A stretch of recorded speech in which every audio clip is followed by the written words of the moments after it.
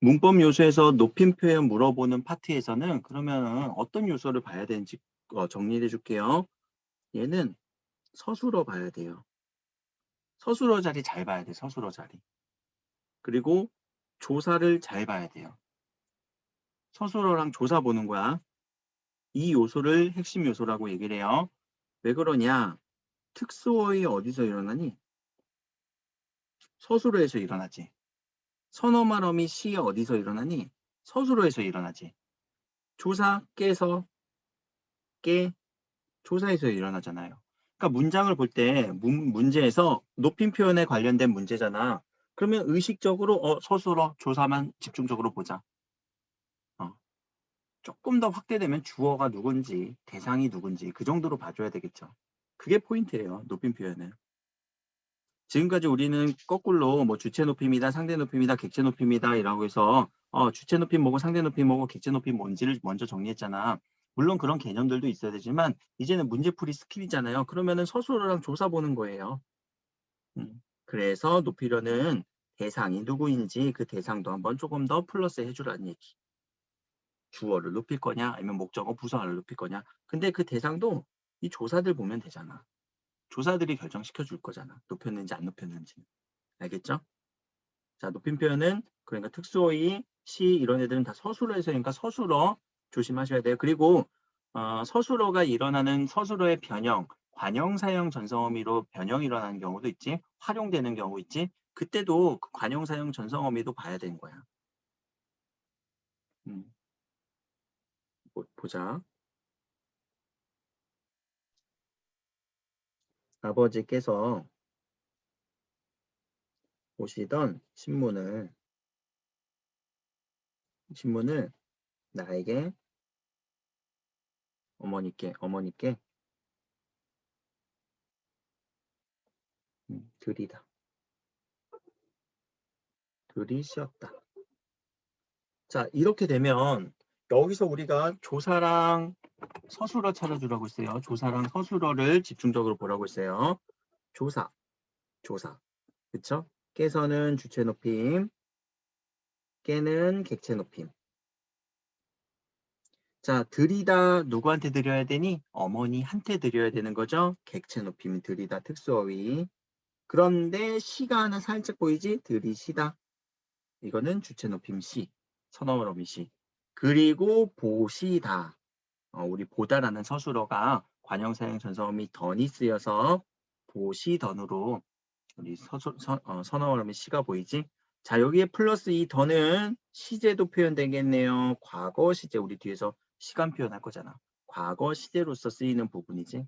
이런 애들 보면 되잖아요. 이렇게 해서 주체 높임과 객체 높임이 쓰였구나. 상대 높임은 안 쓰였지. 상대 높임은 종결 의미에서만 보는 거니까. 자, 그래서 문장의 주어가 지시하는 대상에 대해서 높임하는 거예요. 그래서 주격조사 깨서 첫 번째는 선어말어미 시 1번, 주격조사 깨서 2번, 그리고 계시다 주무시다라고 하는 3번 특수어휘. 자, 간접 높임은 간접 높임 같은 경우는 대상의 신체 일부 또는 소유물 이런 것들을 높여주는 거예요. 근데 얘는 요 하나밖에 안 돼요. 의시다 선어말어미 시밖에 결합 안 돼요. 그래서 이따의 높임도 계시다라는 주체를 직접적으로 높일 경우에만 쓸 수 있고요. 있으시다는 주체를 간접적으로 높일 경우에만 있으시다라고 써야 돼요. 알겠죠? 따님이 선생님은 개서는 따님이 계시다. X 있으시다. 이걸 있으시다라고 바꿔줘야 된다라는 말로 찾아주면 되겠죠? 직접 높임, 간접 높임에 대한 개념. 자, 객체 높임은 목적어나 부사어를 높여주는 거예요. 그렇죠? 문장이에요. 그리고 이 주체 높임, 객체 높임은 문장 단위에서 보는 거예요. 그래서 첫 번째로는 특수어휘로 일어나요. 특수한 동사. 1번 특수어휘. 2번 조사, 깨. 이렇게. 결국 특수어휘, 조사, 서술어랑 이 조사를 보라고 얘기를 했죠. 자, 상대 높임은 얻는 상황, 담아. 대화 상황이에요. 대화 상황이니까 청자가 누구인지 청자에 따라 아주 높여준 거 가십니다. 가십시오체, 하십시오체라고 해도 되고 뭐 씁니다체 다 똑같아요. 하십시오, 씁니다. 여러 가지로 활용될 수 있으니까 그러니까 다 똑같은 얘기들이고요. 감탄형이 없어요. 그리고 여기서 혹시나 요 가는구려, 가는구멍, 가는구나 이거 얘가 격식체에서 얘네들이 헷갈리거든. 그렇게 가요. 느낌표 찍어줄 때 가는구려 할 때는 하우체예요. 가는구면 조금 낮춰주는 거지. 가는구나, 너 가는구나. 완전 낮춰주는 거죠. 그 느낌으로. 요 격식체의 요 세 가지가 판별하기가 좀 힘들어. 그냥 보면. 가는구려가 제일 높아. 여기는 없어요. 가는구먼 조금 낮춰줬죠. 또 가는구나. 이런 느낌으로 아주 낮춤으로 봐야 된다라는 거예요.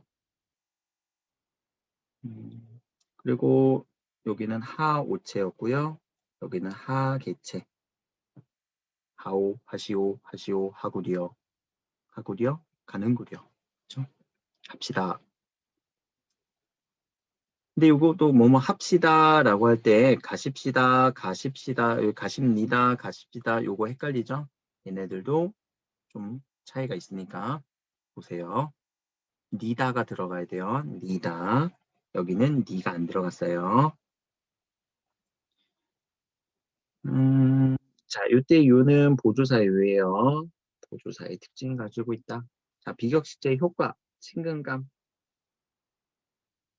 그리고 친구 사이에서.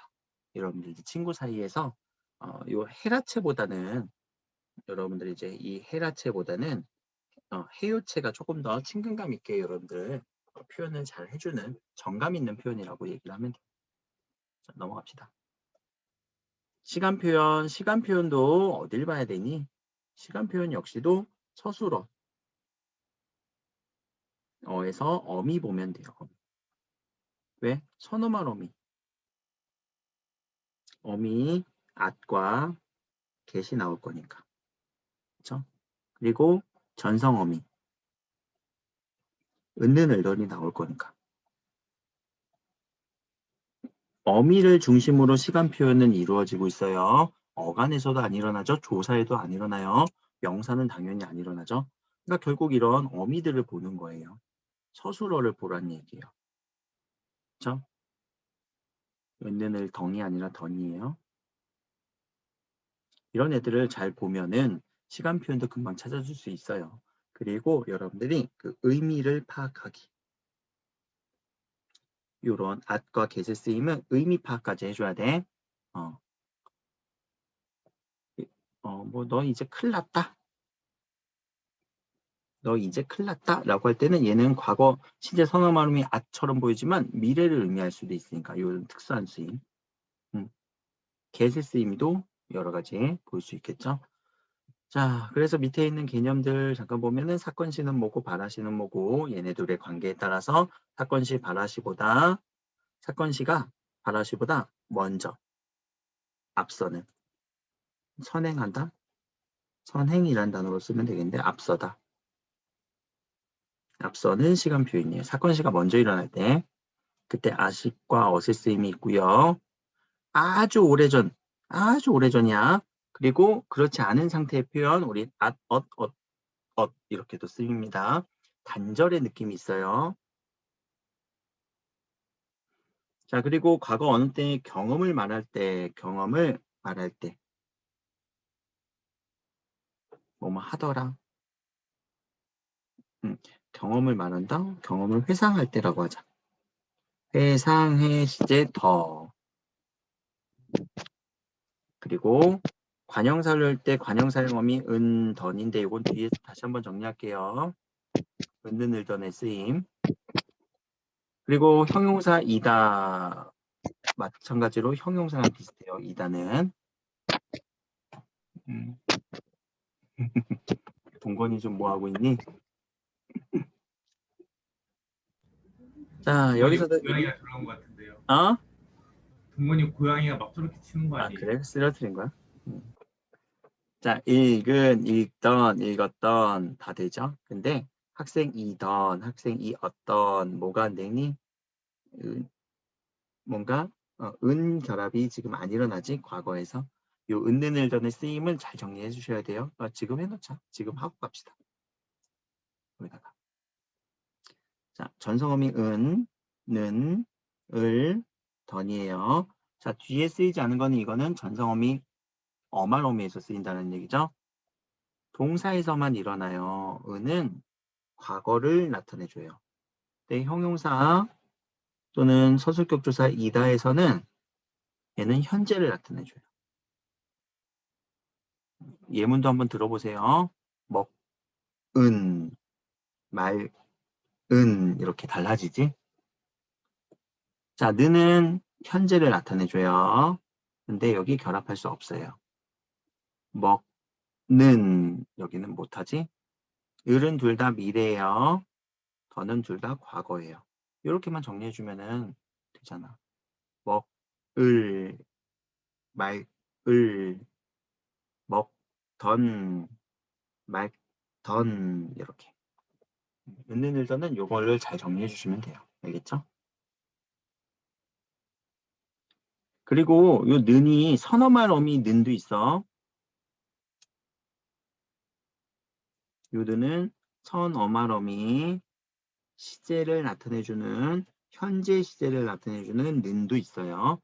요 는은 어말 어미 전성 어미 는이고 좀 다르지 쓰임이? 먹는다 할 때 이 는이고 이거는 먹는 밥 이렇게 할 때 꾸며주는 느낌이니까 좀 쓰임이 다르죠? 요 는의 쓰임이. 근데 둘 다 현재 시제다라고만 보시면 되고요. 자, 현재 시제는 바라시가 동일하다. 일치라고 하나? 일치하는 표현이다. 그렇게 보시면 되고요. 미래 시제 사건 시간 바라시보다 후행, 뒤늦게, 나중에 나타나는 표현입니다. 자, 여기서의 포인트는 개세 쓰임이에요. 그리고 어세 쓰임이에요. 그리고 은는 을던을 잡아주셔야 돼요. 알겠죠? 오케이, 여기까지. 자, 동작상이라고 하는 개념에서는 여러분들 진행상, 완료상. 진행되고 있느냐, 완료되고 있느냐. 동작이 진행되고 있습니다. 이미 완료되었습니다. 라는 거. 영어에서는 ing의 느낌, pp의 느낌일 거예요. 그렇죠?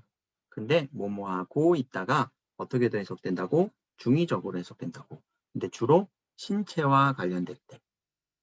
두 가지 의미, 신체와 관련될 때예요. 이렇게 해서 시간 표현도 내용은 많은 것 같지만 포인트가 몇 개 없지?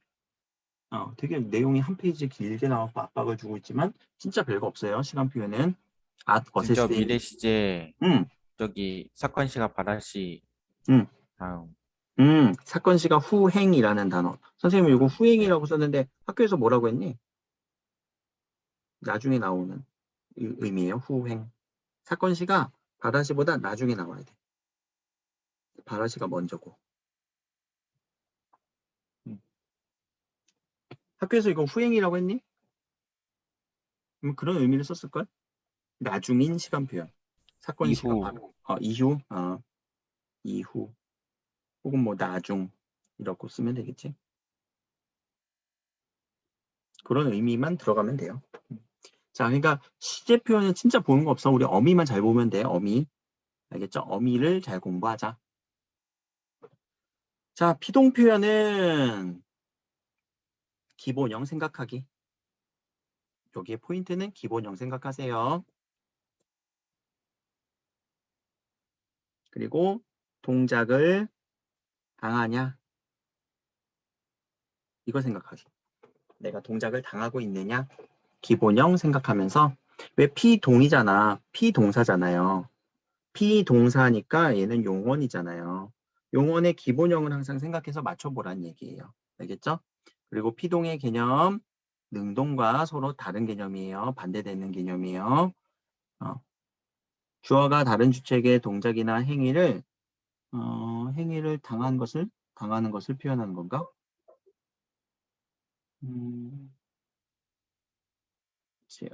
당함을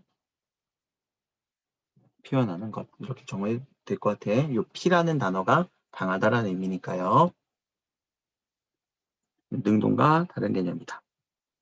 자, 피동사에 의한 피동은 파생적 피동이라고 얘기를 하죠. 파생어가 만들어지는 거예요. 아예. 이히리가 붙어서 또는 뭐뭐하게 되다가 붙어서 아예 새로운 단어가 만들어진 거예요. 기본형 생각해봐. 잡다는 잡다에서 잡히다. 다르지? 의미가?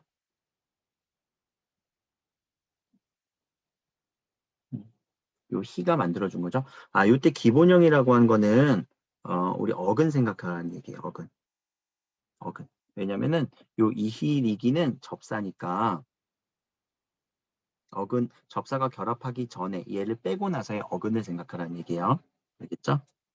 자, 그래서 여기에 피동 전미사 이희리가 붙은 거.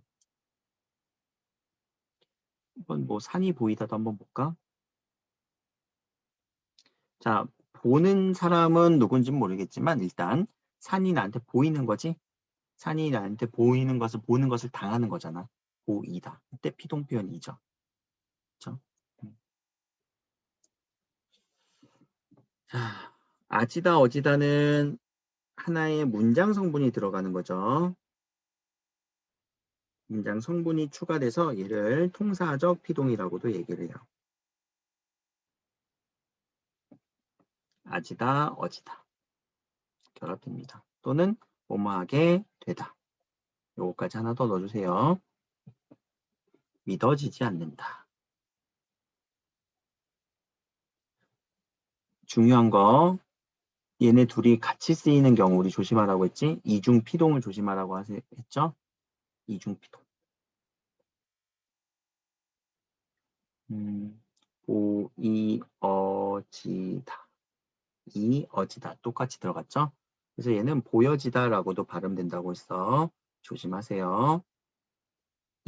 익히어지다. 조심하세요. 얘도 익혀지다. 표기가 익혀지다로 표시될 수 있어요. 그런 부분들을 조심하셔야 된다라는 거. 그냥 왜 이러지? 야, 나가. 이렇게 표시될 때 이중모음 될 때 조심하세요. 피동표현 이중모음이 일어나는 요 여 소리 조심하셔야 돼요. 피동표현 뭐 사동 안 나온다고 했으니까 근데 사동은 분명히 피동표현이 아닌 걸 고르세요. 이럴 때는 사동 나올 수도 있어. 피동표현이 아닌 거 고르세요. 그러니까 사동은 그냥 참고만 하세요. 그래도 우리가 배웠던 공부에서는 다 했을 거니까. 자, 인용표현 갑시다. 인용표현은 다른 사람이나 말의 글을 인용해서 쓰는 것. 인용표현은 인용해서 쓰는 것. 인용을 다른 말로 좀 풀어서 끌어서 와서. 끌어와서 쓰는 것. 이게 인용이라고 하는 단어. 끌어오다, 쓰다, 용. 인용. 자, 인용하고요. 직접 인용된 절에서는 라고라는 표지를 쓰고요. 간접 인용절에서는 이 글을 글쓴이 화자의 관점이에요. 혹은 글쓴이의 관점이에요. 아예 다 해석을 해버린 거예요. 그러다 보니까 명사, 인칭 표현, 시간, 공간, 높임 이런 것들이 다 바뀌어요. 그리고 여기서는 고가 쓰이고요. 혹은 이라고도 쓰여요. 이때 라고가 아니에요. 이라고가 한번 쓰여요. 아, 요거 주역인의 반 쪽에서 받은 프린트에서는 있는데 앞반 프린트에서는 지금 요 프린트로 줬대. 앞반 프린트에서는 피동으로 줘갖고 사동 표현 뺐대. 시험에서는. 그리고 요 앞에 요 맞춤법에서 사이숏이 근데 나올 수도 있다라고 얘기를 했거든. 사이숏은 빠진다라는 얘기는 안 했어요. 그러니까 사이숏도 정리 한번 하셔야 돼요. 사이시옷은 밑에다가 여기다 정리할게. 자, 언어 예절 봅시다. 여기 뭐야? 끝났네. 인용 표현 끝났네요. 끝. 여기까지. 여기 뭐 부정 표현도 있는데 부정 표현은 참고만 하세요. 프린트에서 안 나온 거는 일단은 여러분들이 막 더 힘을 줄 필요는 없으니까. 자, 언어 예절은 크게 우리 공손성의 원리, 협력의 원리, 순서교대의 원리. 근데 얘네들은 문제 포인트가 얘네들 알고 있는 게 아니야. 문장에서, 어떤 상황에서 찾기. 그럼 이 찾는 방법은 먼저 이름부터 정리합시다. 요령의 경률, 관용의 경률, 찬동의 경률, 동의의 경률, 요 5가지를 상황에서 찾아줘야 하는데 어떻게 찾을 것이냐. 부담이 되느냐, 이익이 되느냐, 상대한테 부탁하지 말라고. 상대한테 부탁하지 마. 내가 할게. 내가 할게. 이런 표현들이 나오면은 요령의 경률이에요. 알겠죠? 또는 청자에게 선택의 기회를 제시하는 등의 간접적이고 완곡한 표현을 얘기해요.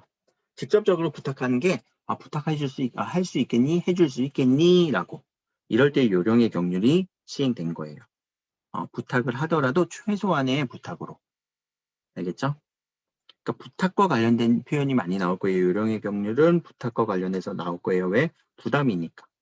부탁과 부담을 연결시켜 주세요. 자, 관용은 자신에게 이익이 되는 표현을 줄이는 거예요. 그리고 부담을 주는 표현을 늘린다라는 거는 관용의 이제 기준은 나예요. 나. 나는 안 해. 나는 안 하고 너는 해. 이런 패턴이 나올 거예요. 그때는 위반된 경우이겠죠. 나는 안 할 거고 너희들만 해. 너희들만 조사해와. 나는 조장이니까 안 할 거야. 이런 느낌으로. 자, 찬동은 비방과 칭찬이야. 칭찬 표현 늘려야 돼. 그러니까 이건 부탁의 개념보다 그러니까 뭔가 상대를 깔 때 공격하는 표현. 공격성이 높은 표현으로 연결될 수 있겠죠. 자, 겸양의 경률은 자신을 칭찬하는 건 좀 줄이고요. 이때 겸손하게 표현할 때 겸양의 경률이라고 얘기를 합니다. 그럼 이때는 언제? 칭찬을 들었을 때. 칭찬 듣고 어떻게 할래? 제가 뭐 아니에요. 뭐 선생님이 잘 가르쳐 주죠. 그렇죠. 겸손한 태도지. 근데 칭찬 듣고 제가 원래 잘해요. 이런 식으로 하면은 겸양의 경륜을 어기는 거예요. 그러니까 각각의 상황들과 바로바로 연결될 거니까 이거는 어렵지 않을 거예요. 동의의 경률도 의견에서 다른 점 줄이고요. 공통점을 늘린다. 나와 너에서. 자, 협력의 원리, 참여자의 상황과 맥락에 맞게. 조금만 정리할까? 협력의 원리, 양을 적절하게, 진실성을 다해서 이런 것들 정리해 주세요. 우리가 설명을 할 때도 충분한 양의 설명을 해야 되고 그리고 항상 참으로만 설명을 해야 돼요. 협력의 원리고요. 자, 순서 교대의 원리는 역할은 고정된 것이 아니라 서로 상황에 맞게 또는 맥락에 맞게 또 교대되어야 돼요. 그러면 이 순서 교대의 원리는 어떤 포인트가 나오죠? 지켜지지 않는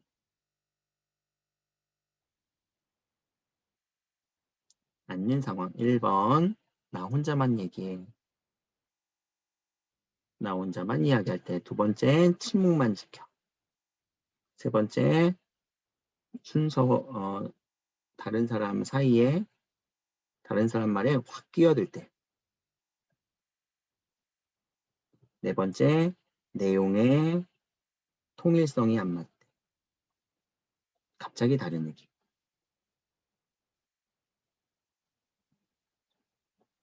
이렇게 할 때도 순서 교대 원리를 위반했다라고도 볼 수 있겠죠. 이 정도. 크게 어려운 내용은 아닐 거예요. 자, 밑에 가서 사이시옷은 잠깐 선생님 아까 사이시옷을 빼먹었었는데 그 얘기 조금만 더 해봅시다.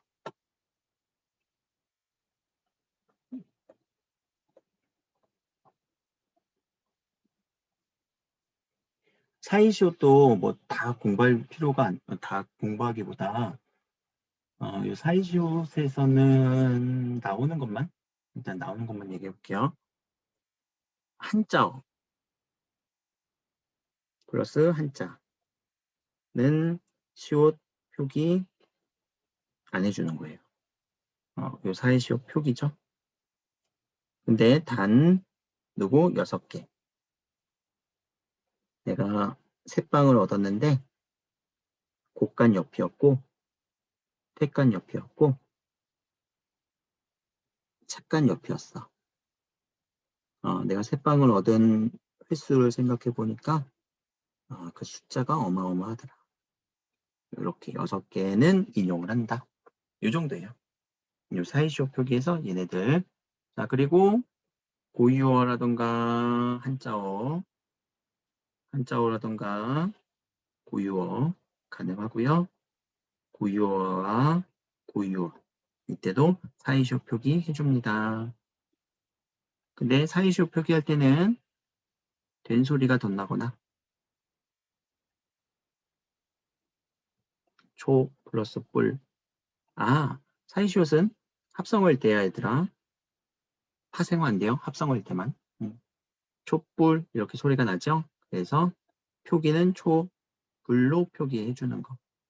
니은 소리가 덧날 때, 니은 소리가 덧날 때 이렇게 써주시면 된다라는 거예요. 자, 사이시옷 표기는 간단하게만 정리해놔. 이게 핵심은 아니니까. 알겠지? 지금까지 막 열심히 시켜놓고서는 간단하게만 하라는 이유가 헷갈리면 안 돼. 니은 첨가는 헷갈리지 말라는 표현에서 얘기를 한 거예요. 넘어갑시다. 여기다가는 여러분들이 모르는 개념들 쭉 정리하라고 한 장 비워놨고요. 넘어가면 자, 요 이유 있는 여유 마저 정리할게요. 수필이에요. 사색적이다 생각을 많이 한다는 거예요. 교훈을 갖죠? 어떤 교훈이에요? 이런 거. 자발적으로 만든 여유를 갖자. 라는 교훈을 주고 있죠. 자, 특징, 경험, 공감 유도했다라는 거예요. 그리고 여유라는 개념에 대해서 새로운 인식을 제시했다. 그러면 통념과 다르죠? 통념과 다름이라고도 설명해도 괜찮아요. 통념이란 단어는 이제 여러분들 확실하게 알겠지? 자, 글의 구성은 처음, 중간, 끝으로 3단 구성인데 첫 번째, 여유와 관련된 나의 경험이 먼저 드러났어요. 친구가 야 놀러 가자 라고 할 때 나는 뭐라고 얘기를 했지? 여유가 없다.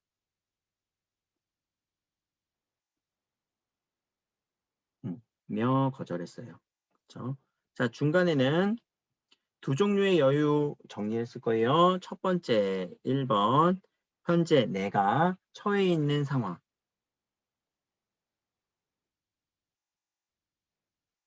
상황으로 규정되는 여유. 그리고 두 번째는 마음의 상태겠죠. 를 나타내는 여유 이렇게 나눌 건데 자, 이 처음 중간 끝의 이 여유는 그래서 포인트 1번, 2번의 종류의 여유를 찾아주세요. 요거 연습하는 거예요. 그래서 이거는 1번 종류의 여유야, 2번 종류의 여유야. 하나의 그 여유 찾는 게 하나의 포인트고요.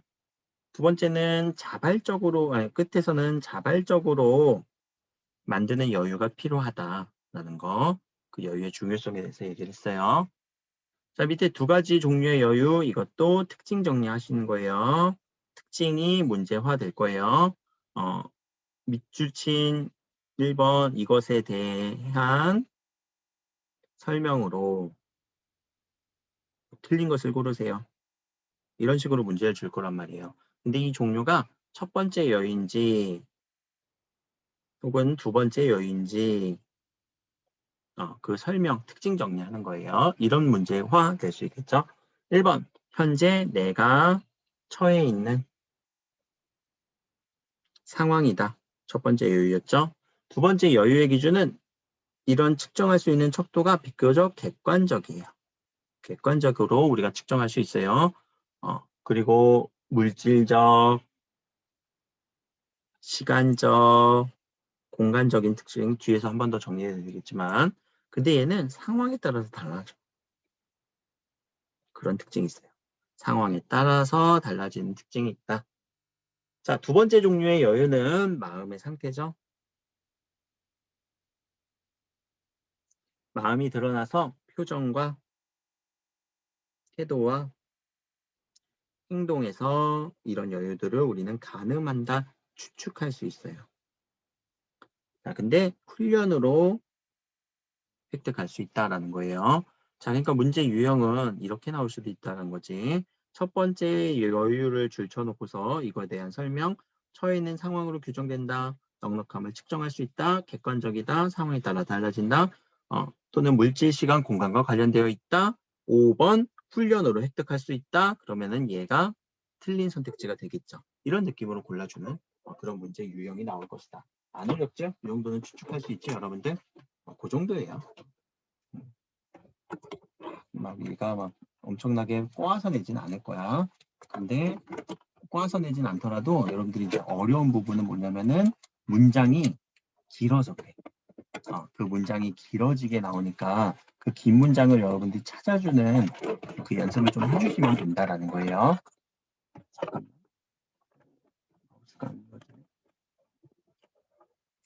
됐다. 넘어가서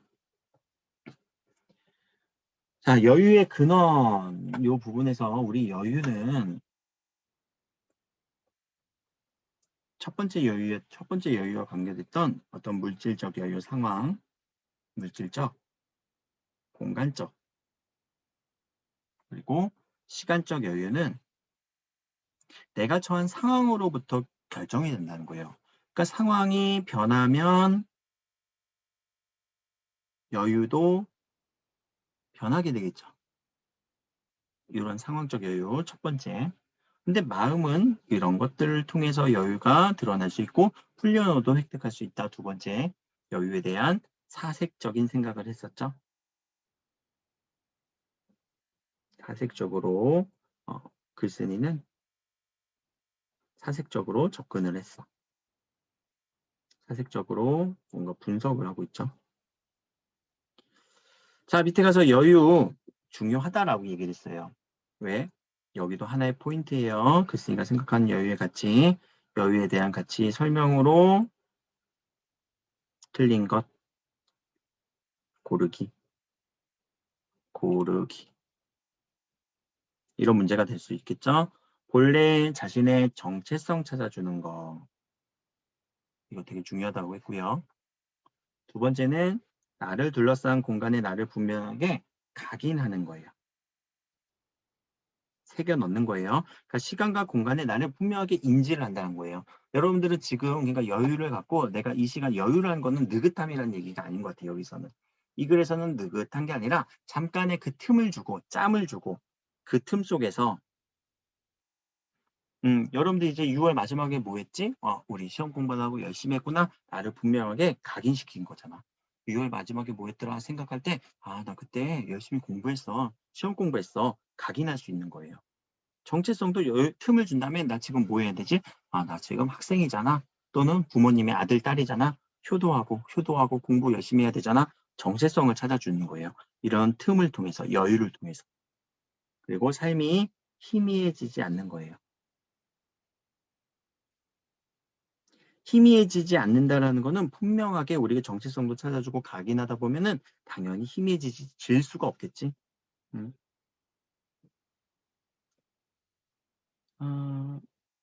잠깐만 여기서 희미해지다가 나의 어지다지 희미하다의 아어지다인데 요 문법이야. 갑자기 문법이야. 피동에서 우리 하다 같은 경우는 아나 어 결합할 때 얘가 하어가 아니라 하여가 돼요. 이렇게 불규칙으로 바뀌어. 요거 하나만 얘기해주고 싶었네. 갑자기 하다가 보니까 하여로 불규칙 활용이 돼요. 불규칙 활용되는 애들이 많이 있거든. 그 중에 하나인데 하다 정도 나중에 헷갈릴 수도 있으니까. 자, 여튼 이러한 가치들에 자발적으로 나서서 누가 만들어주는 거 아니야, 여유는. 여유는 스스로가 자발적으로 만들어줘야 돼요. 아니면 이게 자발적으로 여유가 자발적으로 내가 만들지 않는데 갑자기 여유가 주어지잖아요. 그러면은 여유가 불일치가 일어나.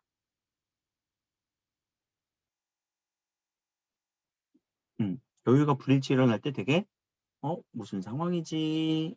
헷갈릴 때가 있죠. 자발적으로 만드는 여유가 아니라면 여유의 불일치가 일어나겠죠. 그 불일치 상황도 하나 개념으로 잡아주시고, 자, 전개 방식만 정리합시다. 먼저 분류를 하고 있어요. 어떤 종류? 여유의 종류를 두 가지로. 마음의 상황에 대한 여유입니다. 나의 상황에 대한 여유입니다. 또는 마음에 대한 여유입니다. 라고 해서. 자, 그리고 이 두 가지가 서로 다름을 대조해주고 있죠. 대조의 방법도 드러나고 있어요. 차이점. 그러니까 특징 정리도 하셔야 돼요. 그리고 예시를 많이 들고 있었지. 일상적인 사건들에 대한 예시도 들고 있었다. 이 세 가지 전개 방법 여러분들 정리해 주세요. 위 글에서 사용된 이것도 하나의 포인트가 나오겠지. 사용된 글의 전개 방식을 모두 고르세요. 기억, 분류, 니은, 대조, 3번 예시, 리을. 리을은 또 뭐가 있을까? 대조, 분류, 예시, 분석. 분석이라고 넣자. 분석 쓰면 안 되고, 그렇죠?